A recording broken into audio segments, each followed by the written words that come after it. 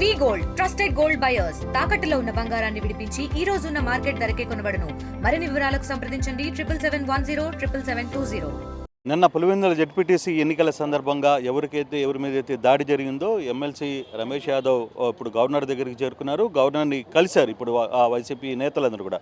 ప్రస్తుతం రమేష్ యాదవ్ మనతో ఉన్నారు. అసలు జరిగిన సంఘటన ఏంటి, గవర్నర్ నుంచి రెస్పాన్స్ ఏ విధంగా ఉంది, ఏం చేయబోతున్నారని మాట్లాడే ప్రయత్నం అయితే చేద్దాం. సార్, ఓవరాల్గా నిన్న జరిగిన సంఘటన అందరూ చూసిన పరిస్థితి. అయితే ఈరోజు మీరు గవర్నర్ని కలిశారు. గవర్నర్తో మీరు చెప్పుకున్న విన్నపం ఏంటి, అక్కడ పోలీసుల రియాక్షన్ ఏంటి? సో ఆంధ్రప్రదేశ్ రాష్ట్ర ప్రజలందరికీ కూడా తెలుసు, ఒక జెడ్పీటీసీ ఎలక్షన్ క్యాంపెయినింగ్ కోసం మా పార్టీ వాళ్ళు కేవలం 10,000 ఓట్లు ఉన్న జెడ్పీటీసీ ఒక చిన్న మండలం, తండ్రిని కోల్పోయి ఎంతో బాధలో ఉన్న ఆ కుటుంబం నుంచే వాళ్ళ అబ్బాయి నామినేషన్ వేయడం జరిగింది. సో ఆ నేపథ్యంలోనే మేము ఇంటింటికి వెళ్ళి మేము ప్రజలను ఓట్ అడగడం జరుగుతుంది. ఇందులో భాగంలోనే నల్గొండవారి పల్లెకు నేను, నాతో పాటు వెలుపుల రాము గారు అనేసి, దాంతోపాటు కొంతమంది కార్యకర్తలను నల్గొండవారి పల్లెకు వెళ్ళడం జరిగింది.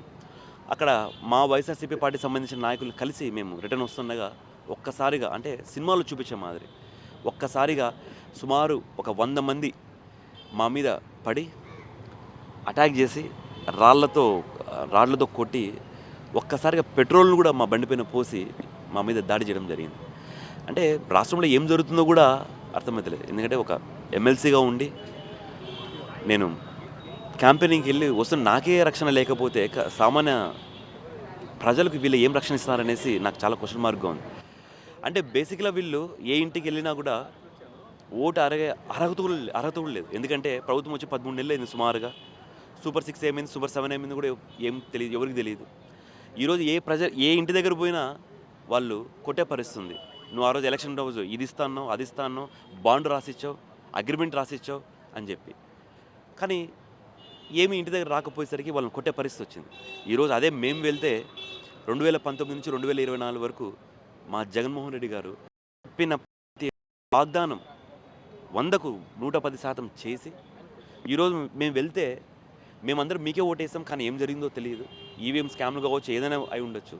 అయినా కూడా ఈ 13 నెలల్లో మేము చూడాల్సిన నరకమంతా చూస్తున్నాము. మీరు మళ్ళీ తొందరగా రండి. ఈరోజు మేము వేసే ఓటు మీకు కాదు, వైఎస్ జగన్మోహన్ రెడ్డి గారికి అని చెప్పి ఈరోజు మమ్మల్ని ఆదరించే పరిస్థితి. పోలీసులు ఒక మాట చెప్తున్నారు, అక్కడ డిఎస్పీలు కావచ్చు, మీరు పర్మిషన్ లేని ప్రాంతంలోకి వెళ్ళి అక్కడ క్యాంపెయిన్ చేసే ప్రయత్నం చేశారు అనేది ఒక టీడీపీ కావచ్చు, లేకపోతే పోలీసులు కూడా మాట్లాడుతుంది. పోలీసులు ఇంకోటి మాట కూడా చెప్తున్నారు, పోలీసులు కానీ లేకపోతే మీ తలలు లేచిపోయేవి అని కూడా చెప్తున్నారు. ఇక్కడ పర్మిషన్ లేని ప్లేస్లోకి పోయినామంటే మేమేమన్నా పాకిస్తాన్కి ఏమన్నా లేకపోతే ఇంకొచ్చడికి ఏమైనా పోయి క్యాంపెయినింగ్ చేస్తామన్నా. మేము పోయింది ఆ రూరల్ మండలం సంబంధించిన ఒక గ్రామానికి. ఆ గ్రామంలో మేము పోయినప్పుడు టీడీపీ సంబంధించిన నాయకులు ఎవరు లేరు. మేము అక్కడ మా నాయకులు కలవడానికి పోయారు. ఇందాక క్లియర్ చేసి మా నాయకులను కలిసి అక్కడ చుట్టుపక్కల వాళ్ళ బంధువర్గం కలిసి రావాలనే ఉద్దేశంతో వెళ్ళినాం. ఇప్పుడు వాళ్ళే మా పోలీసులు లేకపోతే తలకాయలు ఎగిరిపోయి ఉండేవి, కొంచెమే ఆస్తి నష్టం. ఆ పోలీసుల దగ్గర పోయి చెప్పింది ఎవరు? నేను. అంటే ఇన్సిడెంట్ జరుగుతున్న 50 మీటర్ల దూరంలో పోలీసు వాళ్ళు ఉన్నా కూడా వాళ్ళు ఏమీ చేయలేకపోయినా. అది కూడా కాకుండా మేము వెళ్ళేటప్పుడు వాళ్ళు చూశారు, మేము ఉన్నప్పుడు 10 బండ్లను ఎట్లా అదే గ్రామానికి లోపలికి అలౌ చేశారు అంటే మీకు బట్టే క్లియర్గా అర్థమవుతుంది. వాళ్ళు ఏమీ చేయడం లేదు, కేవలం వాళ్ళు కూర్చొని ప్రేక్షక పాత్ర వహిస్తూ. అంటే మీ మీద దాడి జరిగిన తర్వాత మాత్రమే వాళ్ళు మమ్మల్ని రక్షించే ప్రయత్నం చేశారు అంతే. అది కూడా నేను పోయి గట్టిగా అరిచి ఇట్లా మాకు ఇట్లా అయిందని గట్టిగా అరుస్తూ ఉంటే అప్పుడు వాళ్ళు పోయారు. అదే కానీ నేను కూడా పోకుండా ఉండింటే వాళ్ళ దాంట్లోకి వచ్చేవాళ్ళు కూడా కాదు. అంటే మీరు ఎమ్మెల్సీ, మీ పక్కన ఒక గన్మెన్ ఉంటాడు, తర్వాత మీకు ఒక రక్షణ ఉంది, కానీ మరి ఎందుకు ఆ ప్రయత్నం ఎందుకు జరగలేకపోయింది? సుమారుగా 100 మంది మా మీద అటాక్ చేశారు. ఆ గన్మెన్ ఉన్నాడు కాబట్టి కారణం చుట్టూ వాళ్ళని తోసుకుంటూ ముందుకు వెళ్ళిపోయాల్సి వచ్చింది.